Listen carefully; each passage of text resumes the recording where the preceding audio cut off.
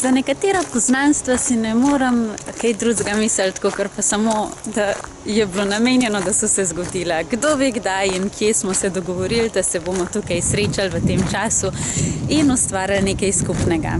No in natanko to se je zgodilo s Tadejo Škorja, ki sem jo spoznala po čistenem takem Facebook slučaju, recimo temu. In zelo všeč so mi bile njene misli glede šamanizma, glede stvari, ki se trenutno dogajajo na Zemlji in znotraj človeške vrste. In sem si rekla, da z njo res želim posneti en pogovor, predvsem pa o svetih rastlinah oziroma o obredju, v katerem sodelujejo tudi rastlinska bitja. Tadeja namreč organizira kakaove ceremonije in ima s tem že dolgoletne izkušnje in nasplošno pač tudi zelo bogate izkušnje z področja šamanizma, duhovnosti in pač nasplošno tega področja duha. Tako da ja, z njo sem se res želela srečati in to sva kar hitro potem tudi udejanjili in sedli skupaj pred kamero v enem takem zelo zanimivem pogovoru, kot rečeno, o rastlinah, o duhovnosti, o dinamiki, ki trenutno vlada na Zemlji, kam nas lahko pelje, kako skozi to mogoče lahko gremo malo bolj zavestno.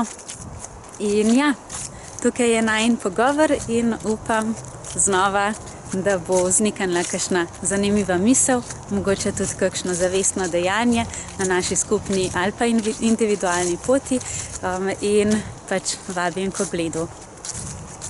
Živjo. Živjo. Ful me veseli, da smo se danes tukaj ujeli, tako v bistvu čisto nenačrtovano pravzaprav. Pa mi mogoče meni pa pač ostalim, ki bojo to poslušali, najprej za uvod kar povej, kdo si, kaj delaš, kaj so tiste neke stvari, ki jih želiš uresničevati, pa predajati drugim, kaj te izpolnjuje, tako nekaj o sebi. Na kratko, ja, da se predstavim. Mi dve sva se srečali nekako preko vsebin, ki so obe pritegnili, in to so te vsebine, lahko bi rekli v najširšem pomenu duhovne vsebine, pri meni bolj v smislu šamanizma oziroma glede najstarejših duhovnih izročil človeštva ohranjenih. In pri meni je šlo to zelo nenačrtovano, spontano, nikoli nisem iskala učiteljev, nikoli nisem iskala tečajev, nikoli nisem imela načrta, ambicije iskati teh vsebin, ampak že od otroštva dalje sem imela zelo odprt kanal sanjanja, izredno veliko sem sanjala in dobesedno doživljala paralelne svetove preko sanj in te druge kopije, verzije nas samih in vse to, kar se danes vedno lažje dogaja, ker se je vmes tudi že dvignila vibracija planeta in so te stvari vedno bolj dostopne, ampak takrat še to ni bilo nekako razširjeno in sem imela to srečo, da so moji starši to prijazno ignorirali, no? Nekako ni bilo stigmatizirano, tako da je bilo že to dovolj. In od tam naprej sem potem kar sama od sebe srečevala prave duhovne učitelje v pravih trenutkih, ljudi, ki so štrleli ven iz matrice že v najstniških letih, v zgodnjih 20 letih in nekako potem kar preko spontanih druženj prihajalo do res zanimivih znanj pa kultur. Več kot 20 let sem praktično ves čas potovala, že kot študentka in moje ozadje je pač v šamanizmu, je v treningu sanjanja, aktivnega sanjanja, je v delu s svetimi rastlinami učiteljicami. Trenutno delam s kakavom, kakavove ceremonije, ženske kroge in pa zelo rada zdaj raziskujem tudi naš dobesedno slovenski šamanizem, ker ga imamo, ampak v Evropi imamo tudi zelo bogato izročilo tega in zelo bogato tradicijo. Pač zdaj je popularno, da grejo vsi v Južno Ameriko, ampak tam se je to res bolj ohranilo zaradi drugih zgodovinskih razlogov. Pri nas je bilo pač preganjeno, ampak se na novo odkriva. Teh znanj se ne da nikoli zares zatreti, ker to smo mi sami.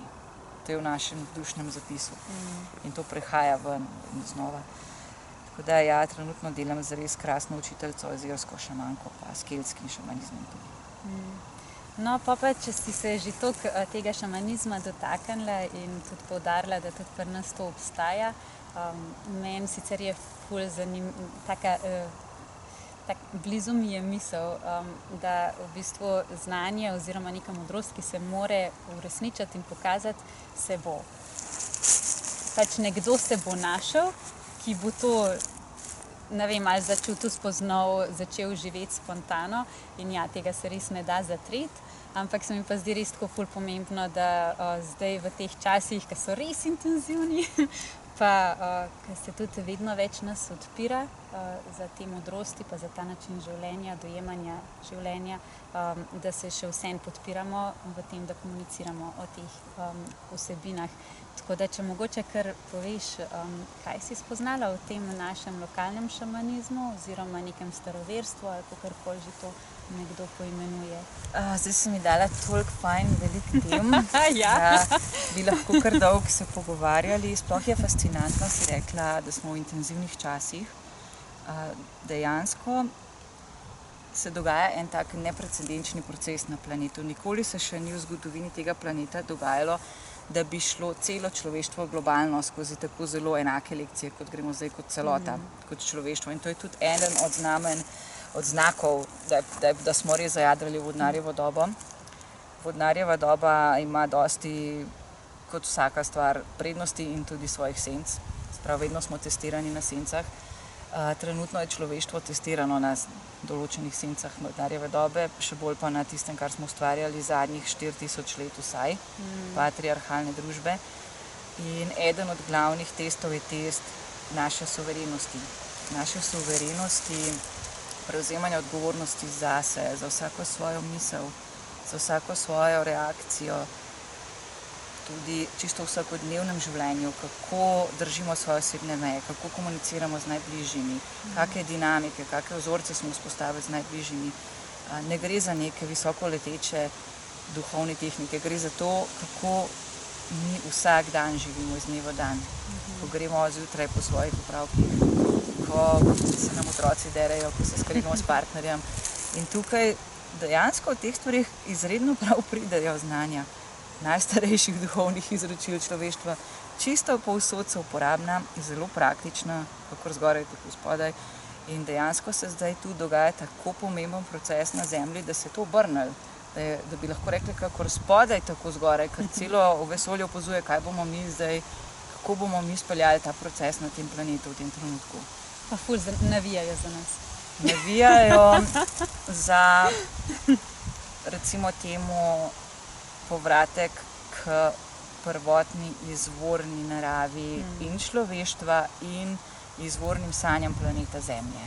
To so zdaj te zelo zanimive moje teme, že včasih malo abstraktne, ampak ti si me tudi vprašala o slovenskem šamanizmu. Ja. Tako da, to pravzaprav bom poenostavila, kaj bi bilo najbolj pomembno, kar bi želela reči nekomu, ki ga to zanima. Izkušanje. Imamo bogato staroversko tradicijo, to je pravzaprav življenje v povezavi in v razumevanju naravnih ciklov, naravnih zakonov, kozmičnih zakonov, razumevanje polarnosti, razumevanje kozmične poroke nebo-zemlja in pa utelešanje vsega tega. In v naši kulturi je ogromno škode, pač so naredili zadnjih več tisoč let patriarhalne, nezrele patriarhalne družbe, pravi neuravnotežene, ki nas je nekako odrezala od divjega ženskega kozmičnega principa, praktično od vsakega ženskega kozmičnega principa, od telesa, od čustvovanja in smo zelo parcialno se je propagiralo, kaj je sprejemljivo v družbi. In to so te naše moderne religije, moderne te, ki so stare 2000 let, so moderne religije. Šamanizem je star 100 000 let. To je zanimivo, kako pa to daje pod New Age, a ne? Ja. Okay. Ja, dejansko smo živeli v kulturah, prihajamo iz tisočletij kultur, kjer se je poudarjalo samo, lahko bi rekli zgornje čakre, lahko bi rekli samo zavest, oče nebo, neka oddaljena nebesa. Čeprav še to ne harmonizirano, ampak v bistvu tudi to malo poškodovano, tudi te zgornje čakre. Zelo poškodovano. Ja. Zelo poškodovano, ker ne samo, da smo bili odrezani, sploh pa ženske, od svojih lastnih fizičnih teles in da se je to stigmatiziralo in dobesedno to izrinilo iz družbe, ampak tudi to, kar si rekla, dobro si že nakazala sama, tudi tisto, kar se je učilo ljudi, so bili pohabljeni nauki. In sicer patriarhalna družba, da povem na hitro samo par stavkov, da bomo vedeli, o čem govorimo, nič ni narobe z moškim ali pa z ženskim kozmičnim principom, nič ni narobe z zrelo uresničeno moško energijo, vsi imamo v sebi oboje.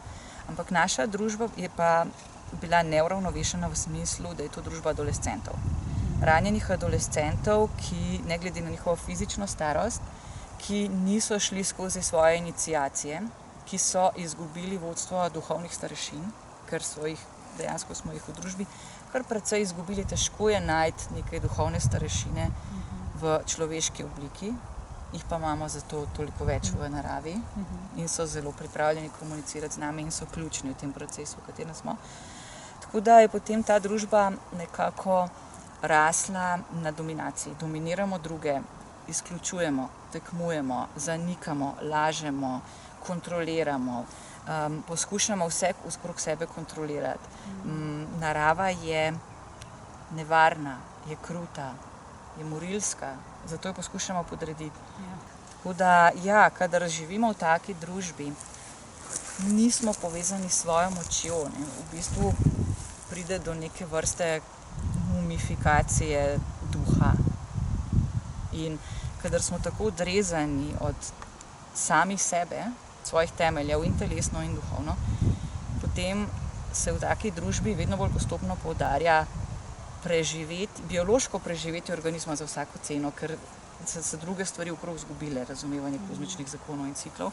In se vidimo v naši potrošniški družbi, večna mladost, smrt je tabu, obnašamo se, kot da ne bomo nikoli umrli, zdaj gremo v smer transhumanizma, kjer bi lahko človeka spajali z mašinami, da bi si kupovali nesmrtnost in tako dalje. To so vse ogledala globoko ranjene družbe. Tako da In seveda vedno pa okrog nas šepeta celo stvarstvo. In jaz sem začela to odkrivati. Jaz sem še zmeraj zelo rada povem, da sem novinka v tem, ali kako bi se temu reklo, kot da bi na novo začeli raziskovati s tisto otroško radovednostjo, ko ugotovimo, da lahko komuniciramo s svojim okoljem. Ne samo z besedami, pa z ljudmi.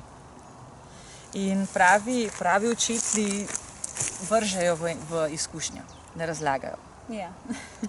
Velikokrat ljudje sprašujejo, pa kako naj slišim, kaj mi želi sporočiti ta pokrajina, ali pa zakaj pa ona vidi vile pa palčke pa te duhove rastlin, ker seveda rastline so žive, imajo svoje varuhe. Favne, drevesa imajo favne in tako naprej. In potem nekateri ljudje kot otroci, praktično smo vsi zelo povezani s tem. To je kar naravno, kar vidimo te stvari, ampak potem pozabimo, ker gremo čez tone in tone programov mentalnih. In jaz imam zelo rada v Sloveniji, je zelo zanimivo opazovati energijo same narave v Sloveniji, pa energijo ljudi. Ker sem pač res veliko potovala in nekako potem začutiš pa vidiš razlike med lekcijami določenih krajev na planetu. Vsak kraj ima neko svojo, imamo vsi skupaj globalno usodo in zavest kolektivno, ampak vsak kraj ima tudi svojo, recimo temu nacionalno karmo. Vsaka dežela ima neko svojo specifično lekcijo, skozi katero gre. In pri Slovencih imamo izredno dobro ohranjeno naravo, v primerjavi z drugim planetom. Naša Zemlja se še zelo dobro spomni, kdo je. Njeni duhovi niso bili hudo poškodovani. Še zmeraj so tam, kjer so bili od nekdaj in govorijo z nami. Sem bila na krajih, kjer so Zemljo tako izredno večkrat poškodovali, da se Zemlja sama težko spomni, kdo je. To je recimo Irska. Na Irskem je ravno obrnjena lekcija, če dam to zanimivo primerjavo. Pri njih so izgubili 98% svoje naravne biotske raznovrstnosti, dreves, vrst živalskih, rastlinskih. Praktično so uvedli monokulture, pa tuje vrste bore so zasadili Britanci za svoje namene. Medtem ko Irci kot ljudstvo so pa ostali dokaj, še zmeraj tisti bardi, pa druidi, pa pesniki, pa ogromno govorijo, ne. In so tu grlena čakra, Irci so kao pravi narod pesnikov, ampak vse čas govorijo in za esenca tega je, da blebetajo površinske stvari, ne. Tako, zelo so družabni, ampak ne povejo nič vsebinskega. Pri Slovencih je pa ravno obratno, ne. Slovenci imamo pa neokrnjeno zemljo, ki si želi govoriti z nami, sprav kraljestva rastlin, mineralov, živali, elementov, ogenj, voda, zemlja, zrak, še veter nama zdaj govori. Zelo komunikativna zemlja, pa zelo nekomunikativni ljudje. Kar v bistvu ni vedno tako napačno, ne? Pri Slovencih, samo še par stavkov bom povedala, ker je zanimivo. Imamo pač specifično zgodovino, vedno smo bili pod kakšno tujo oblastjo in smo se naučili preživeti in smo izredno trdoživi in po pravilih zgodovine nas ne bi smeli biti sploh več. Smo najbolj zahodni ohranjeni Slovani, ne. Tako da ja, ta trdoživost, ampak kako, ne, tako da v bistvu nismo šli v boj, ampak smo se uklonili, pa potem doma na skrivaj gojili svojo kulturo. Izredno smo zatrli notranjega otroka. Mi smo narod resnih ljudi, ne. Naši otroci se že velikokrat dajo vtis, kakor da so že kar odrasli. Zelo smo urejeni, imamo to je treba narediti, pa to je treba narediti, pa to je treba narediti. Bojimo se izpasti razigrani, bojimo se izpasti trapasti, bojimo se zabavati spontano. Nočemo biti deviantni, recimo, nočemo izpadati, želimo biti v povprečju, želimo biti neopazni. Seveda ne velja to za vse, zdaj govorim neke mogoče vzorce, ki se jih da opaziti. In zelo bi bilo fajn, če bi si dovolili sebe malo manj resno imeti, če bi si dovolili bolj trapasto izpasti, pa če bi si dovolili biti to, kar smo, ne da bi nas bo strah biti malo deviantni. Prav močen program pri Slovencih je, tu imamo sistem in tu imamo družino. Ne smem izdati ne sistema, ne družine. Sistem mora delovati, ne glede na to, če je zgrešen ali če ni. Zato se podrejamo sistemu. To opazimo tudi podobno pri Kafki, ne? Proces. Tako da bi bilo fajn, da bi se malo iz tega iztrgali. Zemlja naša pa govori na ves glas. Rastline, zdravilne rastline, zdaj jih odkrivam na novo. Koliko imamo mi tukaj lokalnih svetih rastlin učiteljic. No, glede tega sem te ravno tudi želela še povprašati, glede na to, da pač mi imamo tukaj res eno tako noro izobilje. Meni je bilo ful všeč, ko je enkrat en rekel, da mi bi se morali samo po travniku povaljati in bi že s tem nabrali dovolj vsega za ohranjanje nekega svojega zdravja in dobrobiti. In res praktično, pa zelo malo imamo strupenih stvari. Tako, ko gledamo procentualno, je veliko več je tega, kar je nam podpornega, kakor pa tistega, kar bi nam res lahko škodovali. In me zanima, no, kako jih ti doživljaš, prepoznavaš, glede na to, da pač že delaš res neke take aktivne te obrede in ceremonije s kakavom, ki je res ena izmed priznano bolj svetih rastlin na svetu, a ne? Kaj pa tukaj le pri nas? A ne? Ker še vseeno je pa zelo fajn tudi poznati te neke svoje lokalne stvari. A je kaj takega, kar bi mogoče lahko dala ob neko rastlino, kot je kakav, ali delujejo podobno, ali čisto na nek drug način, a ti z njimi delaš na isti ali drugačen način? Ja, zdaj, v šamanizmu je velik del delo z rastlinami. In zdaj svete rastline učiteljice so posebna ozka skupina rastlin v šamanizmu, katerih poslanstvo je človeštvu pomagati pri duhovni evoluciji, pri širjenju zavesti, pri prebujanju. Se pravi, te rastline, spirit teh rastlin, je tu v glavnem zato, da človeštvu pomaga pri duhovni evoluciji. In to je ena ozka skupina rastlin. Vemo, da imamo ogromno rastlin na celem planetu v ekosistemu. Večina, čisto vsaka ima svojo nepogrešljivo vlogo. nekatere sploh ne želijo imeti opravka s človekom, imajo druge naloge. Velika skupina jih je zdravilnih, nam pomaga pri ohranjanju zdravja. Ta ozka skupina so pa proti svete rastline učiteljice, to so pa te psihotropne rastline. In zdaj s psihotropnimi rastlinami se dela pač res, je treba imeti zelo veliko integriteto, vedeti, komu se gre delati in je treba delati na pravi način, ker se vedno vmešavajo senčni motivi tudi. Kar se pa tiče lokalnih za Slovenijo, bi pa rekla, da trenutno ne poznam domorodne psihotropne svete rastline učiteljice, ki bi delovala na take načine, kot so se ohranile recimo v drugih še kulturah. Smo jih pa imeli. Vem, da smo jih imeli, sem raziskovala. Ženske so delale iz njih določene pomade oziroma namaze in take stvari. Beladona, mušence so bile tudi gobice, gobe imamo. Gobice so tudi so v družini svetih rastlin učiteljic so tele šaljivci. Kot otroci. A res? Kot taki, vse gobice, ja. Ne, recimo, vse to imajo celo družino. Ljudstva, ki so povezana s temi kraljestvi rastlin, jih vidijo kot družino. In isto kot v vsake družini se nekatere med sabo razumejo, druge ne. Tako kot se mi s kom razumemo v družini, s kom smo pa skozi bum. Ne. In tako točno vejo tudi med rastlinami. Ne. Recimo, gobice so te norčavi, šaljivci pa otroci. Velikokrat so kakšni škratki, recimo pri ilustracijah, pri gobicah, so tisti, ki so tricksters. Ja. Čeprav oni so taki radostni, tako, tudi vilinci so zelo taki. Bolj kot se obnašamo, tako da se kar spontano smejimo, skačemo, spuščamo glasove ali pa da bleknemo neprimerno stvar ob neprimernem trenutku, to so vilinske energije. Njim je zelo všeč, če ne izpademo normalno dolgočasni. In tudi gobice imajo to energijo. Recimo babica vseh rastlin, psihotropnih učiteljic je ayahuasca, ta iz džungle, iz deževnega gozda, iz Amazonije. Ded včasih pejot, včasih San Pedro, odvisno od tradicij. Potem imamo pa še razne te ženske zapeljivke, triksterke, to recimo marihuane, treba zelo previdno z njo delati, če delaš prav s spiritom marihuane. Kakao je pa izredno ljubeča pa mehka. To je dama, to je ta čista energija mladenke.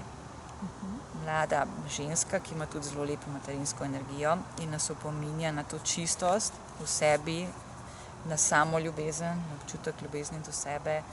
Prebuja, pravijo, je odpiralka srca oziroma prebujevalka srca iz majevske tradicije. In jaz sem se pač zaljubila v kakao in v te energije in je zelo primerna za naš zahodni prostor, zato jaz delam s kakavom tukaj. Tudi želi si delati z zahodnjaki, ker smo tako zelo mentalni pa racionalni postali skozi stoletja, da nas želi vračati še bolj v srce, v ravnotežje. Mehčati in pa mi smo obsedeni s kontrolo, ne? Mi se zelo bojimo izgubiti kontrolo. In pri kakšnih drugih učiteljicah izgubiš kontrolo, se moraš predati rastlini. Ja, pri ayahuaski nekako ne moreš drugega, kakor pa, da greš po njeni poti. Tako, ko enkrat spiješ, si sklenil pogodbo in to je to. Ja. In takrat moraš pač naredila, kar bo želela narediti. Kakao je pa mehkejša, kakao pa lepo nam, ker smo kontrol friki, ne, v naši kulturi, vedno pusti kontrolo. Ampak ravno tako odpre globok rov, zelo globoko podzavest, ampak ne potisne. Ne? Recimo, če te ayahuasca izstreli s topom, te bo kakao samo povabila, ti bo pokazala smer, bo stala in se ti bo muzala. A boš? Ne? Tako. In potem je na vsakem posamezniku, kako globoko se bo drznil spustiti v tisto, kar proces ponuja. Ponavadi kakšna čustva, zastala čustva, pa čustvene blokade ali pa kakšne rane prednikov. Se zelo zdaj prehaja na dan. V Sloveniji pa, kar sem jaz raziskovala, sem bila pa tudi zelo prijetno presenečena nad rastlinami, ki bi jih mi kar tako malo zamahnili. Recimo svete rastline učiteljice. Vrtnica je ena od njih. Ja. Vrtnica, zelo ženska energija. Ženski kozmični princip, srčna čakra. Ja. Potem Se nekateri celo pravijo, da ima najvišjo vibracijo, tudi po vonju recimo, a ne? Pa tudi pač energetsko, da res toliko odpira ravno skozi srce. tudi z temi esenčnimi olji se dela. Recimo zelo dobro gre vrtnica, če nakapljamo noter kakšno tisto jedil, užitno olje, vrtnice s kakavom, ti dve se imata radi, lepo delata skupaj. Ne. Medtem ko se kakao ne mara, recimo, kaj preveč z marihuano, pa z alkoholom tudi ne. Pa s kavo sta mal bum. Pol ni dobro kave Ne. pa kakava skupaj Ne, dajati? ni Okej. dobro. Dobro, to si je vredno zapomniti. Pa rada se ima, kakao se ima rada zagavo s temi moškimi kaktusi energijami, ne? To so kot neka ljubezenska unija. Moška, ženska energija s kajenskim poprom, s čilijem. To čili pa kajenski popr zelo pospešita aktivacijo kakava v telesu, če skupaj spijemo. No, pa zdaj se še na hitro vrnem, sam še malo na naše vode. Ja. Mene je poklical recimo Glog zadnje čase. Jaz ga ravno spoznavam. Aha. Zelo dober za žalovanje, pa nakopičeno jezo, pa da nam da pogum. Pogum pa žalovanje, ker mi, sploh Slovenci, si zelo redko kdaj pustimo res odžalovati. To nekako potlačimo, ne kažemo. Ja, zanimivo, da tudi tinktura Gloga je dobra za srce. In srce pa začne pešati ravno, a ne, ko so te neizražena čustva, ko je žalost, ko imaš v bistvu zlomljeno srce, a ne? Točno to. V bistvu so bolezni v veliki večini primerov ali potlačena jeza ali pa potlačeno žalovanje. Tako in ja, na srce tudi udarijo in Glog zdravi srce, krepi srce, požilje. Ja. Ja. Tako da potem tudi robida. To je zelo močna, čarobna rastlina. Rastlina čarobnic.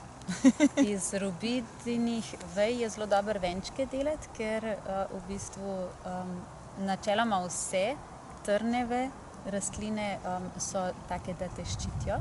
Torej, da recimo ne vdirajo kakšne temne sile v tvoj prostor, tako da je ful dobro delati venček za dom, zaradi tega, da zaščitiš dom. Pa tudi čaji, pa sadeži so itak. To je eden mojih najljubših sadežev, črna robida. Pa za mene nekako, potem pa vsak sam začuti, kaj mu rastlina pomeni. Rastlina bo dejansko, seveda ne bo govorila prek besed, ampak lahko govori prek občutkov v telesu, prek intuitivnih občutkov, prek podob, spominov. Lahko celo kar prevede že mi že prevedemo potem v besede, ko smo enkrat dovolj zaupamo. Samo zaupati se je treba sebi pa svojim zaznavam. In za mene pomeni robida tudi divjo, neukročeno žensko energijo, globoki jin. Ker raste dokaj, se razširi se in raste blizu zemlje in naredi tako kot eno zatočišče in notri živi ogromno vrst. Živalskih in rastlinskih v njenem zavetju robide. In to so bile te, kako se jim je reklo, plotnice, kako se reče tem pasovom med polji. Tam je največ življenja, ne, še več skoraj kot v gozdovih bilo skoncentriranih v teh grmovnicah. In robida je bila ena od njih. Pa delala sem tudi dieto z ognjičem in je kar izziv, zato ker ognjič nas vleče dol, to je predvsem druga čakra, se pravi naše ustvarjalne energije, oranžna. Ognjič kar fajn, to je moška energija, je kar fajn me je vlekel na tla, ne, jaz sem se počutila, kot da imam 1000 kil, ko mi sem hodila na dieti z... Kako je pa izgledala ta dieta? Zdaj vsaka, ni neke ene formule. Vsak začuti, ne, kaj bi rada rastlina z njim delala. In zdaj to zahodnjakom je to tako malo abstraktno. Ne. Samo hitro, če naredim en kratek skok. Ko smo bili v Amazoniji, več tednov smo delali šipibo indijanci z njihovimi rastlinami. In tam je bila glavna matriarhinja zdravilka Elisa. Pri njih so še zmeraj najmočnejše šamanke ženske, pri šipibo indijancih. In naša skupina ljudi iz Evrope jo je večkrat spraševala, kako kaj delati z rastlinami. Ali pa velikokrat je slišala od nas, od naše skupine, blagor vam, vi še zmeraj znate delati vi imate še zmeraj vsa ta znanja, mi tega nič več ne vemo. Ne? In potem je ona odkrito, presenečeno, pristno, zelo tako otroški obraz naredila. Se je čudila, pa jih je gledala, pa je rekla, ja pa sej vam roža sama pove, zakaj je. Kako ne znate, ne? In potem smo videli na drugi strani pa iste obraze, na drugi strani. Kaj nam je rekla? Rekla nam je, da nam bo roža povedala. Ne? In pa je bilo tako na obeh stranih, kulturni prepad. Ona ni razumela, oni niso razumeli, kako je to mogoče.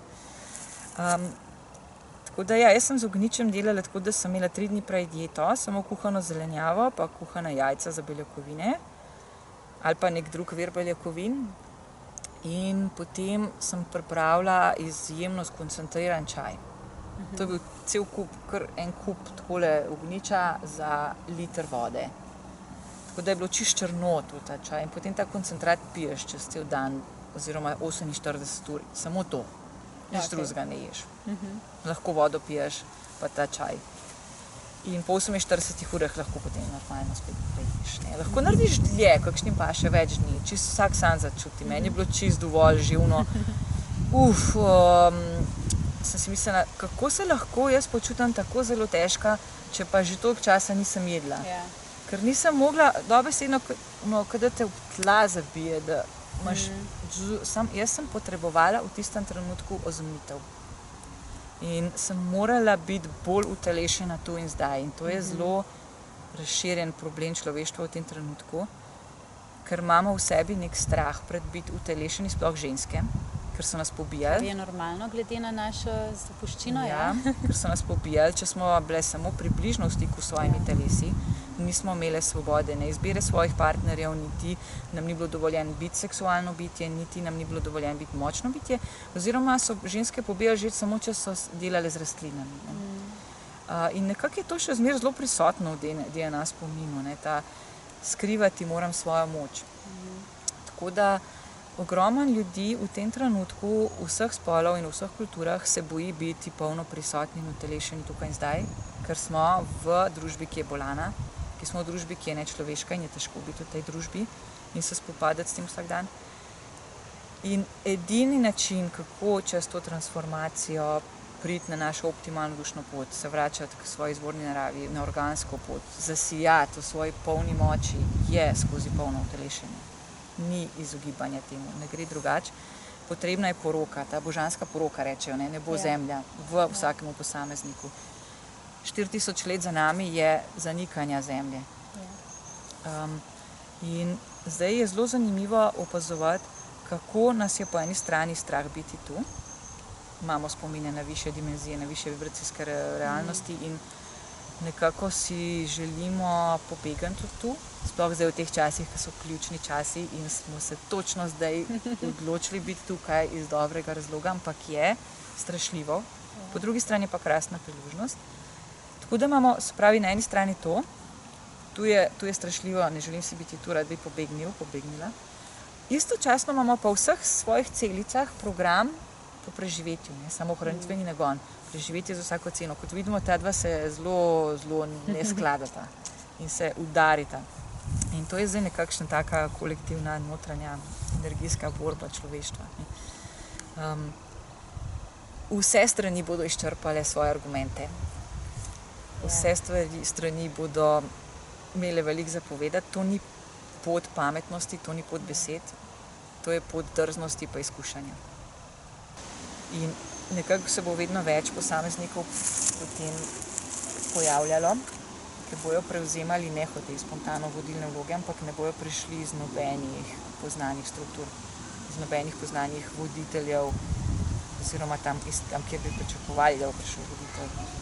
Se ne morajo, če se nekaj popolnoma novega rojeva, ne more funkcionirati z nečim starim.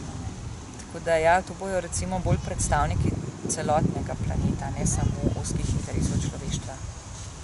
Trenutno naše vodstvo, to so ranjeni adolescenti, ki pri sebi niso upravili osnovnih senčnih del, prevzemanja odgovornosti zase in zastopajo ne samo ozke interese človeštva na planetu, ampak samo zelo ozke interese določene elite.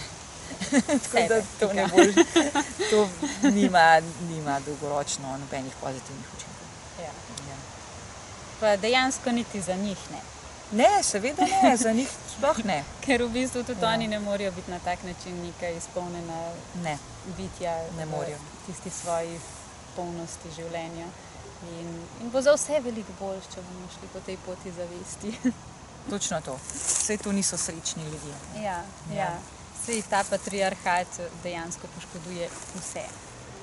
A nekateri pol pravijo, ja, moramo, ne vem, zdaj ženske. Pa ne, pač to je zgodba čisto vseh nas in vsi smo bili poškodovani in vsi želimo iti v nekaj bolj polnega. Ja, patriarhalna, nezrela patriarhalna družba Ja. ne želi kako bi se temu rekli, opolnomočenih, uresničenih posameznikov obeh spolov. Ja, Ne moških, ne žensk. ja. Tako da ne gre za nobene vojne med spoloma, gre za notranje ravnovesje med obema kozmičnima principoma v vsakem posamezniku. Ja. Pri nas gremo trenutno kolektivno čez test občutka ločenosti. In zdaj prava pot je ozdraviti v sebi občutek ločenosti, ker to je samo iluzija. In ja, manifestacija, to vse, kar je bilo zdaj popularno. Edina manifestacija, ki bo res podprta strani in tega planeta in vesolja, bo tista, ki bo manifestacija v dobro širšega. Ne samo recimo človeštva, ampak tudi narave, Srečen zemlje. ter življenja. Ja, ja, Ja. vseh kraljestev tega življenja. Ja. Vse ostalo bojo kot nekako, vse se da kaj manifestirati, ne? Ampak potem to ne obstane. Tako da bi prižgal žigalco, pa bi fajn zaplamtela, pa potem izgorela. Tako, to so, ljudje manifestirajo lahko iz tega, samo iz mentalnega, pa jaz, pa ega. Pa bojo recimo manifestirali avto, ampak čez 2 leti ga bojo zgubili, pa še zadolženi bojo za par 10.000 evrov. Ja, Kako bo to delovalo? pa še v bistvu se lahko vprašaš, če z tega nivoja deluješ, kakšno zapuščino si iz tega delaš, ker zmeraj pol pač pride neka tista energetska karmična pač račun je izstavljen. Ja. Pa mislim, meni to nikdar ni delovalo. Jaz tega nikdar nisem znala izsiliti, ker meni se to zdi, da tako malo izsilaš od življenja. Ne? Manipulacija znova, ne? Ja, manipulacija uma. In na drugi strani pa recimo pa določene stvari, ki ti jih pa življenje samo pokaže, se pa zgodijo. Sej, ko smo enkrat tako lepo uglašeni na vse te čarobne vibracije okrog nas, šamanizem ima tak zelo pravlični jezik, pa si ga bom kar dovolila uporabljati, ker mi je zelo blizu. Vse te njihove prispodobe, živali, mavrice, podobe, pravlični jezik, to je meni zelo blizu, čeprav uči zelo globoke duhovne, celo znanstvene principe, če ga znamo brati. Ja.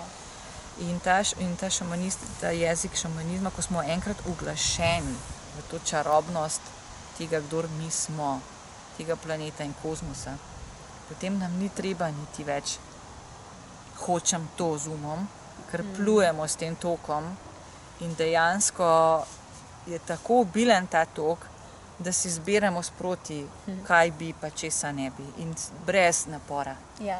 Brez napora in tečemo življenjskim tokom in to je res magično, neopisljivo. Lahko dobimo te izkušnje, recimo pri delu z ayahuasko, s kakšnim drugim psihotropnim pomočnikom in začutimo v sebi to povezanost, to enost.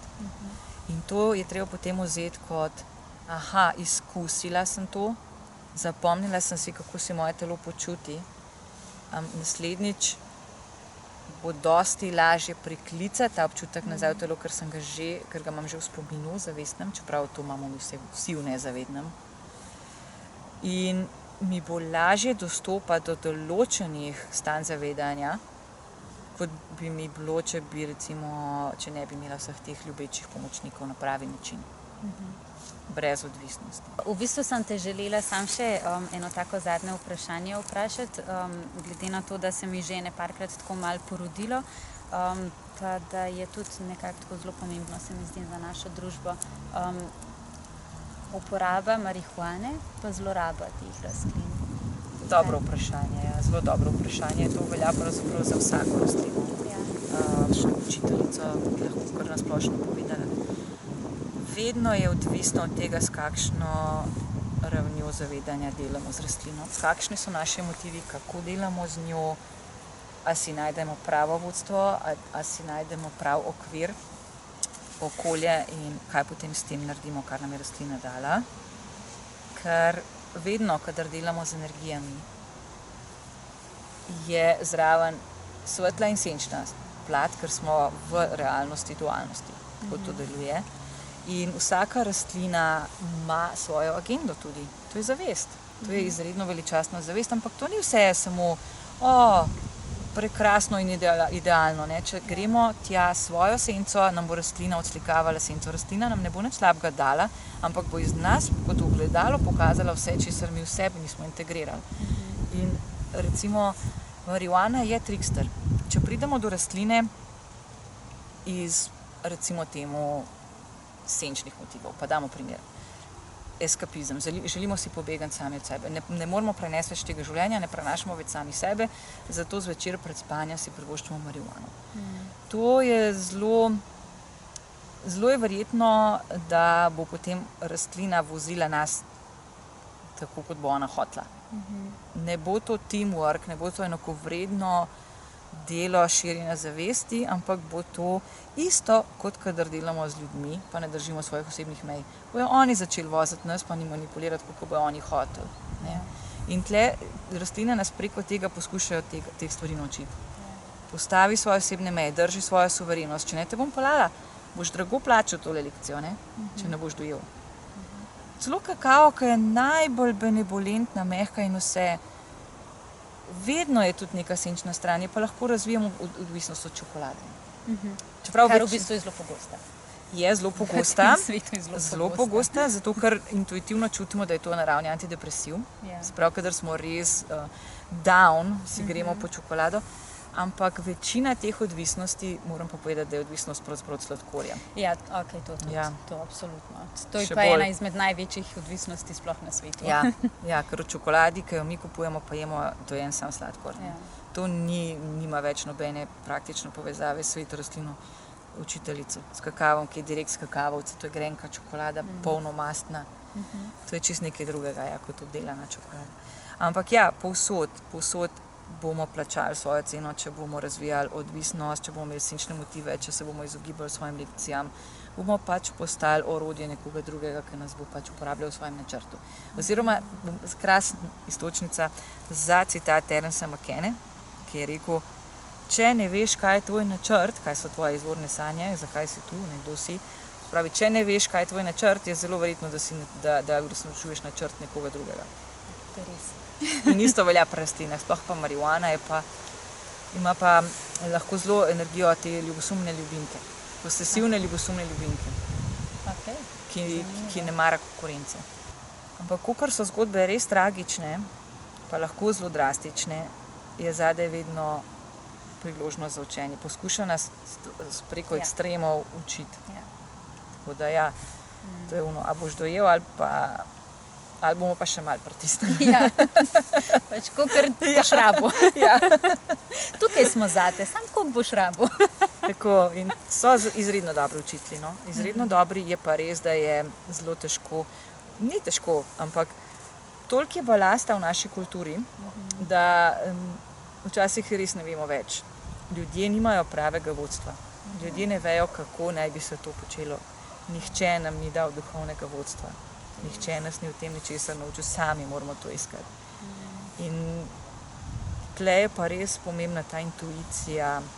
Zelo je pomembno, da naletimo na učitelje z integriteto, ki nam dajo orodja, ki nas polnomočijo in spustijo iz vloge učenca.